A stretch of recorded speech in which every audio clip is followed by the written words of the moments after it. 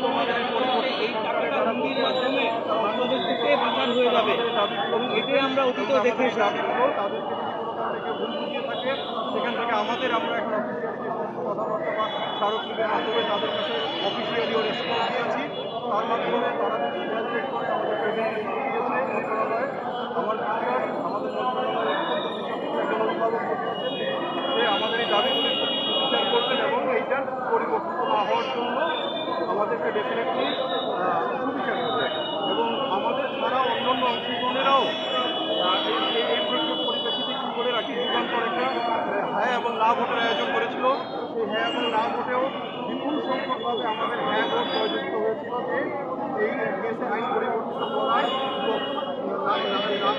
না করার পক্ষে ভোট দিয়েছে।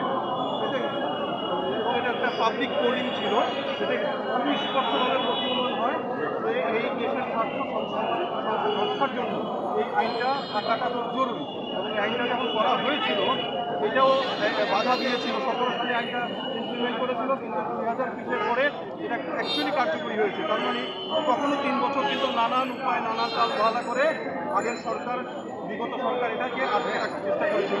আমরা আশা করব আমাদের পরিবর্তিত সরকার দেশের স্বার্থ সুরক্ষার জন্য এটার প্রতি সুবিচার করার এবং তাদেরকে যারা ভুল বুঝিয়েছেন মিথ্যা তথ্য বা উপাত্ত দিয়ে আমাদের তারা সেখান থেকে সরে দাঁড়াবে। Thank you so much. আমি United Nations DSA general manager হিসেবে সৌদি আরবে আছি। Thank you so much.